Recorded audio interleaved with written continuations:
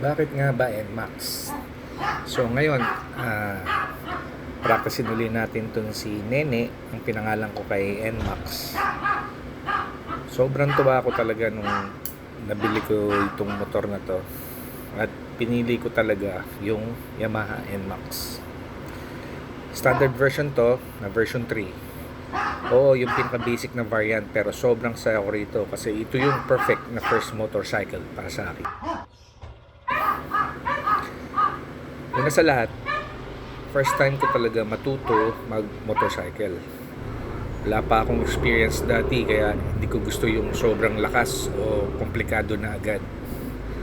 Gusto ko yung madaling i-handle, comfortable, at hindi nakakatakot kapag baguhan ka pa. Kaya bakit nga ba NMAX?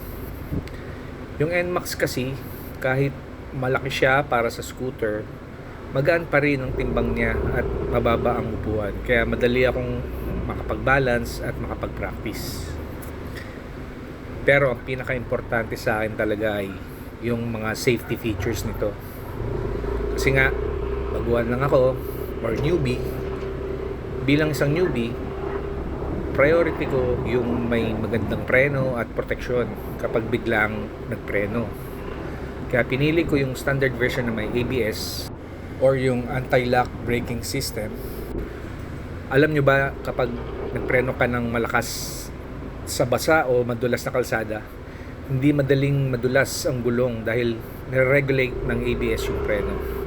Sobrang importante yan lalo na sa Pilipinas na madalas maulan at maraming biglang humihinto sa kalsada. Yung ibang mas mataas na variant tulad ng TechMax ay extra features tulad ng traction control, navigation screen, o mas maraming mode. Pero sa ngayon, hindi ko pa naman kailangan yun. Pero itong standard version, meron na rin siyang traction control.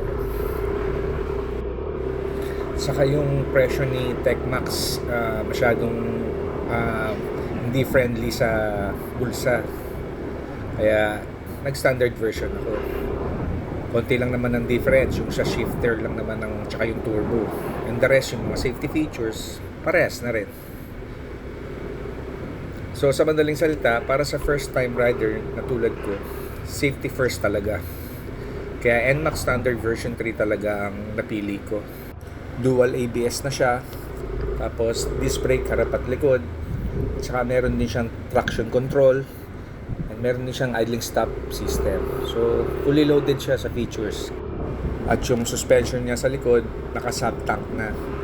Yung tinatawag nilang dibaso. Sangka pa. So, ayun. Bakit nga ba NMAX? Kasi, si NMAX, sulit yung binayad mo sa kanya. Kaya napili ko si NMAX. So, ayan na. Girahin na ako. Ay, ayos.